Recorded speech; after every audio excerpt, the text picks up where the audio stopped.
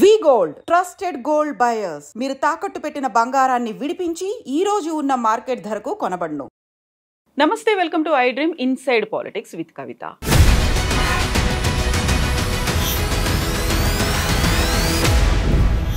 తెలంగాణ రాష్ట్ర ప్రభుత్వం చేపట్టినటువంటి కులగణన సర్వే రిపోర్ట్ అనేది అతిపెద్ద చర్చకు దారితీసింది. ఆ తర్వాత తీన్మార్ మల్లన్న ఎమ్మెల్సీ, కాంగ్రెస్ ఎమ్మెల్సీ చేసినటువంటి వ్యాఖ్యలు అతిపెద్ద చర్చకు కూడా దారితీశాయి. వివాదం కొనసాగుతూ ఉండగానే కాంగ్రెస్ పార్టీ షోకాజ్ నోటీస్ జారీ చేసింది తీన్మార్ మల్లకి. ఈ లోపుగానే మల్లన్న ఎమ్మెల్సీ పదవికి రాజీనామా చేసి సరికొత్త బీసీ పార్టీని పెడతారనే వార్తలు ఎందుకని వినిపిస్తున్నాయి? ఇందులో అసలు తప్పెవరిది? ఎందుకని ప్రభుత్వం 100% కులగణన సర్వే చేపట్టలేదు?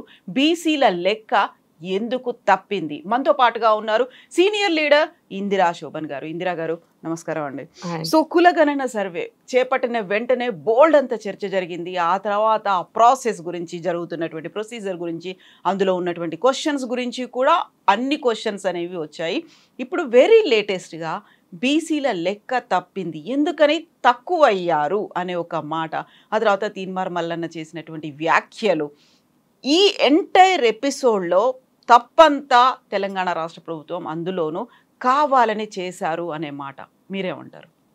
ప్రజల్లోకి ఫస్ట్ ఆఫ్ ఆల్ తెలంగాణ రాష్ట్రంలో ఉన్నటువంటి ప్రజలందరూ కూడా ఈ ప్రభుత్వానికి కృతజ్ఞత చెప్పుకోవాల్సిన అవసరం ఉంది. ఎందుకని?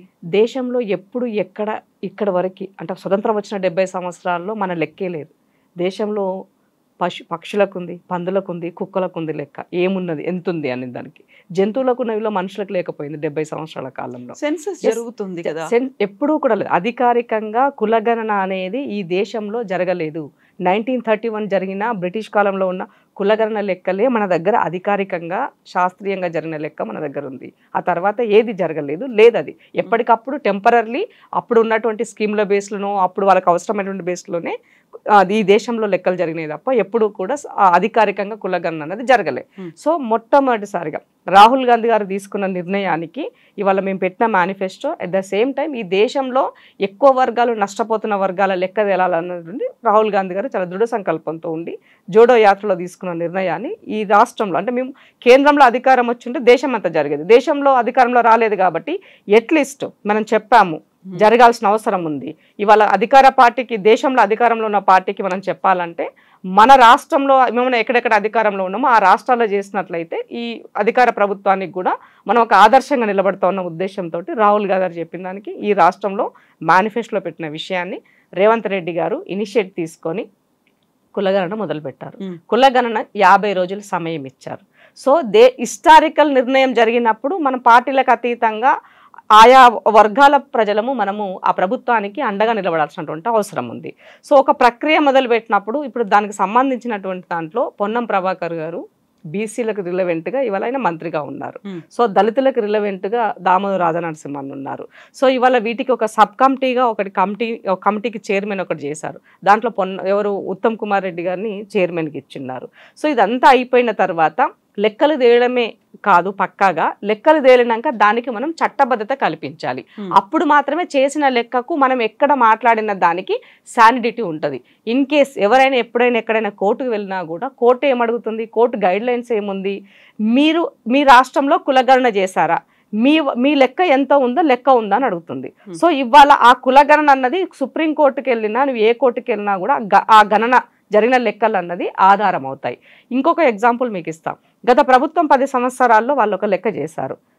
2014 తెలంగాణ రాగానే 2014 ఆగస్టు 19వ తారీఖు నాడు 24 కోట్ల రూపాయలు ఖర్చు పెట్టి ఆనాడున్న ముఖ్యమంత్రి కేసీఆర్ గారు, నువ్వు ఎక్కడున్నా సరే ఈ దేశంలో నువ్వు తెలంగాణ బిడ్డవైతే నువ్వు వచ్చి నీ పేరు నమోదు చేసుకో, లేదంటే నువ్వు రేపటి నుంచి తెలంగాణోడి కావని చెప్పారు. అప్పుడు అందరు ఆధారబాధగా నిజంగానే మన రాష్ట్రం ఏర్పడ్డది, నేను ఈ ప్రాంతం బిడ్డను కావాలంటే రిజిస్టర్ చేసుకోవాలని వచ్చి రిజిస్టర్ చేసుకొని పోయినారు. మనం రిజిస్టర్ చేసుకున్న తర్వాత ఆ లెక్క ఎక్కడైనా అధికారికంగా మీరు బయట పెట్టినారా? అధికారంగా పట్టలే. ఈ రాష్ట్రంలో ఉన్నటువంటి 4 కోట్ల ప్రజల లెక్కను ఒక కుటుంబం అవసరాల కోసం, వాళ్ళ రాజకీయ పబ్బం కోసం, రాజకీయంగా ఎవరెవరిని ఎక్కడ వీక్ చేయాల దానికోసం మాత్రమే ఆ లెక్క వాళ్ళు ఉపయోగించుకున్నారు.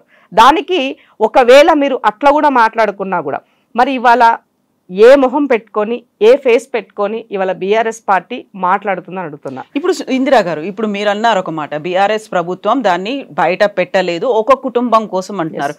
అదే కాంగ్రెస్ పార్టీకి చెందినటువంటి ఎమ్మెల్సీ తీన్మార్ మల్లన్న కూడా ఒకే ఒక పర్సన్ పేరు చెప్తున్నారు, జానారెడ్డి చేసినటువంటి కుట్ర ఇది. ఎందుకని బీసీల లెక్క తప్పింది, మీరేమో లెక్క తేలుతుంది అన్నారు, కాదు బీసీల లెక్క తప్పింది అనేది. అక్కడ కుటుంబం అయితే ఇక్కడ కేవలం ఒక పర్సన్, అది కూడా కాంగ్రెస్ పార్టీకి చెందినటువంటి పర్సన్ జానారెడ్డి గారి మీద ఎందుకు వెళ్తోంది ఇదంతా? జానారెడ్డి గారి మీద ఆయనకైనా పర్సనల్ కక్ష ఉందేమో తెలియదు మరి నాకు. పర్టికులర్గా జానారెడ్డి పేరు గారు చెప్పే జానారెడ్డి గారిని గురించి మాట్లాడుతున్నారంటే అది ఎవరు కూడా దాన్ని హర్షించారు, పార్టీలకు అతీతంగా కూడా ఎవరు హర్షించారు. ఎందుకనంటే ఒక జానారెడ్డి నిర్ణయం కాదు కదా అది.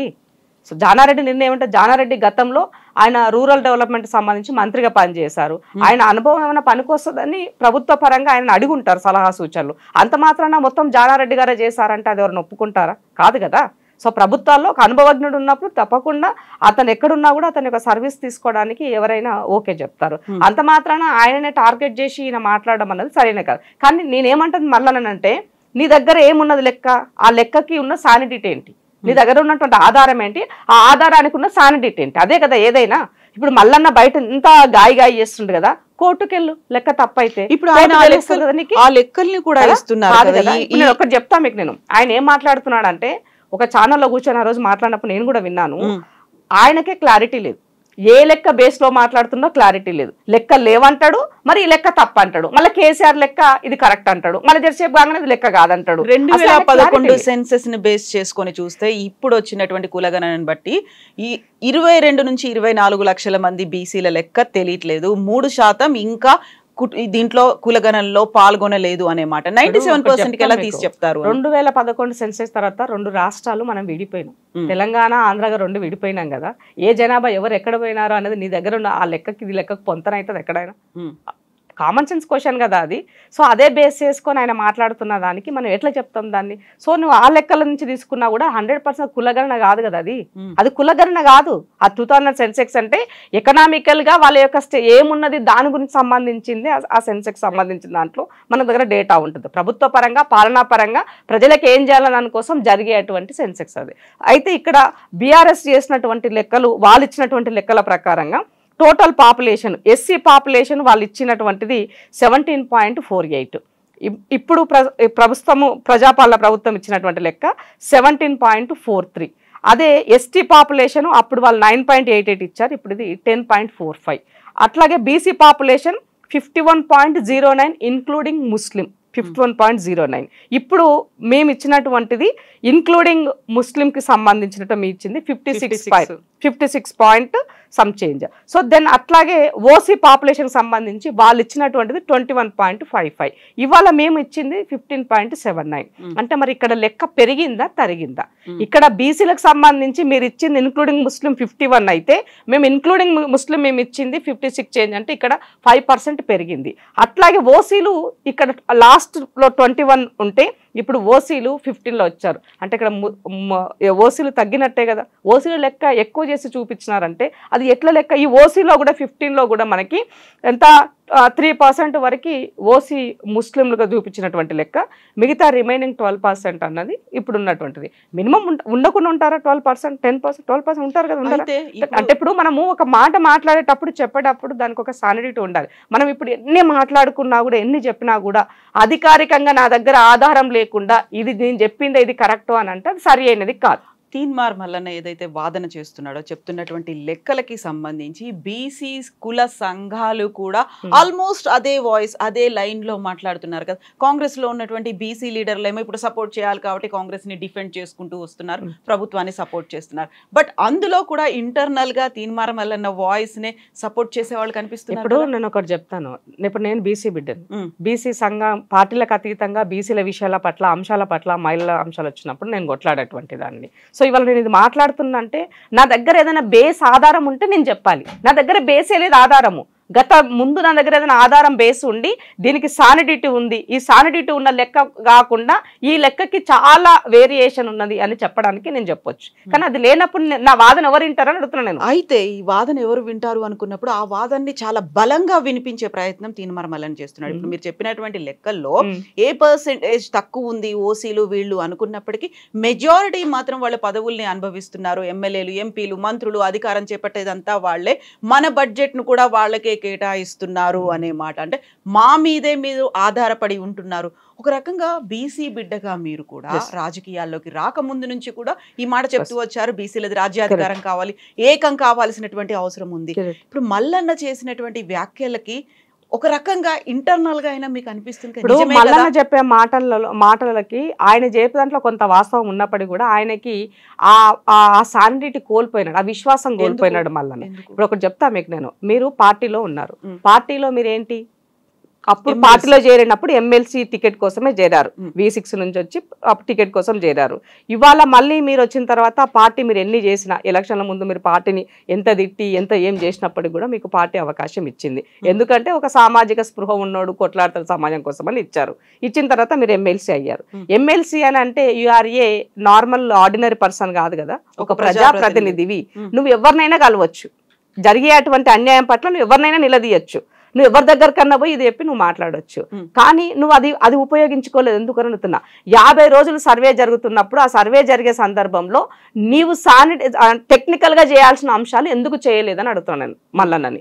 సో ఇవాళ టెక్నికల్ గా చేయాలంటే ఎవరిని అడగాల? ఆ కమిటీలో నిన్ను 2-3 సార్లు పిలిచారు, మాట్లాడినారు.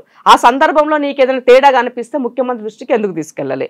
లేదు ముఖ్యమంత్రి వినలేదు అనుకుందాం, కాసేపు రాహుల్ గాంధీ దగ్గరికి పోవచ్చు, మరి పార్టీకి అయితే ఇవ్వచ్చు కదా, మరి పార్టీకి ఎందుకు ఇవ్వలే? ఇప్పుడు మా ఇన్ఛార్జి ఉన్నారు, మా ఇన్ఛార్జి ఆయనతో చాలా మంచిగా ఉంటారు, మరి అలాంటప్పుడు అట్లీస్ట్ ఆ ఇన్ఛార్జి కన్నా మీరు చెప్పుండొచ్చు కదా. అక్కడ కూడా మీరు ఎలాంటి ప్రయత్నం మీరు చేయలేదు. అంటే ఇక్కడ కేవలము మల్లన్న గమనించిన నాకు అర్థమైంది ఏంటంటే, నేను కావాలనుకున్నటువంటి చట్టసభలో నాకు కావాల్సినటువంటి ఎమ్మెల్సీ నాకు వచ్చేసింది. రాజకీయ కోణంలో ఆయన ఇంకేదో ఎక్స్పెక్ట్ చేస్తున్నాడు. ఈ రాష్ట్రంలో బీసీల లీడర్షిప్ వాక్యం ఉంది, ఇవాళ దీన్ని నేను హైజాక్ చేయాలి అంటే ఈ అంశాన్ని నేను ముందుకెత్తుకోవాలి. ఈ అంశాన్ని ముందుకు తీసుకెళ్ళిపోయినట్లయితే 100% వాళ్ళు నాతో ర్యాలీ అవుతారు, నేను ఏదో చేయగలుగుతాను. సో మనం ప్రజల్ని మనం తప్పుదో పట్టించేటప్పుడు ఆ ప్రజలకు మనం నమ్మకం కలిగించాలి. మళ్ళీ ఎవరైనా ఆ విశ్వాసంలోకి తీసుకునే పరిస్థితి ఉందా? ఎప్పుడు ఏం చెప్తాడో మల్లన్నకి అర్థం కాదు, ఇప్పుడు ఏం చెప్తాడో రేపేం చెప్తాడో ఎల్లుండి ఇంకేం చెప్తాడో అర్థం కాదు. చెప్పే మాటలకి పొంతన ఉండాల్సినటువంటి అవసరం ఉంది. పొంతన లేని మాటలు మాట్లాడుతూ బీసీ సమాజాన్ని తప్పుదోవ పట్టిస్తే అది సరైన పద్ధతి కాదు. ఆయన ఎజెండాలో హిడెన్ ఎజెండా ఉందని చెప్పదలుచుకున్నాను నేను, క్లియర్ గా చెప్పాలి. 2 ప్రశ్నలు. హిడెన్ ఎజెండా, ఆయనకి ఇంకేదో కోరుకుంటున్నాడు అనేది ఒక మాట అయితే, వాక్యూమ్ ఉంది అంటున్నారు. ఆర్ కృష్ణయ్య గారు ఇదే పని దశాబ్దాలుగా చేస్తూ వస్తున్నారు కదా, అప్పుడెందుకు ఏకం కాలేదు? ఇప్పుడెందుకు ఈ వాయిస్ ఇంత బలంగా వినిపిస్తుంది? ఆయన కూడా పోరాడారు కదా. ఇప్పుడు ఆర్ కృష్ణన్న పోరాడి ఆయన పార్టీని ఎంచుకున్నాడు, పార్టీ వైపు లైన్లో వెళ్ళిపోయాడు. ఆర్ కృష్ణని వాళ్ళ బీజేపీలో ఉన్నాడు. ఇవాళ మల్లన్న అనేటువంటి వ్యక్తి నిజంగానే బీసీల గురించి మాట్లాడే తత్వం, బీసీల గురించి ఉన్నటువంటి వ్యక్తి అయితే ఎంతమంది బీసీలు కొట్లాడే బీసీలు నీ వేదిక పైన ఉన్నారో చెప్పు నాకు. మొన్న నువ్వు మాట్లాడే ఎవరున్నారు, ఎంతమంది ఉన్నారు అంటున్నా నేను. యాక్టివ్ గా కొట్లాడి, ఇప్పుడు బీసీ అనగానే నా పేరైతే యాదకు వస్తుందా? ఇందిరా శోభన్ అంటే కొట్లాడుతుంది, సమాజం కోసం నిలబడుతుంది, జెన్యూన్ అని తెలుస్తుంది.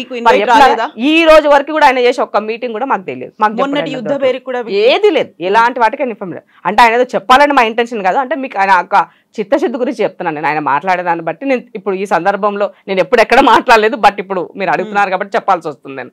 అంటే ఆయనకన్నా తెలివిగా ఆయనకన్నా ఎక్కువ అదిగా ఉన్నా, ఆయనతో పాటు ఈక్వల్ గా ఉన్నానంటే ఆయన దాన్ని డైజెస్ట్ చేసుకోవడం అని నాకు అర్థమైంది మరి దాన్ని బట్టి. కాబట్టి ఒక సమాజం కోసం నువ్వు కొట్లాడుతూ ఉన్నప్పుడు, ఆ సమాజంలో గురించి మనం మాట్లాడుతూ ఉన్నప్పుడు దానిని మనము వీక్నెస్ గా తీసుకొని ఎదుటోడిని దెబ్బగొట్టే ప్రయత్నం చేస్తే సరి అనేది కాదు. ఇవాళ నువ్వు మాట్లాడడం వల్ల, నువ్వు చేయడం వల్ల ఈ సమాజాన్ని తప్పుదోవ పట్టిస్తూ రేపు ఎన్నడూ లేని విధంగా అమ్మ పెట్టదు అడుక్కొనియదు కదా. ఇవాళ భారతీయ జనతా పార్టీ కేంద్రంలో ప్రధానమంత్రిగా ఉన్నటువంటి నరేంద్ర మోడీ చేయాల్సినటువంటి అంశాన్ని ఆయన చేయలేకపోవడం వల్ల ఇవాళ మనం చేసాం.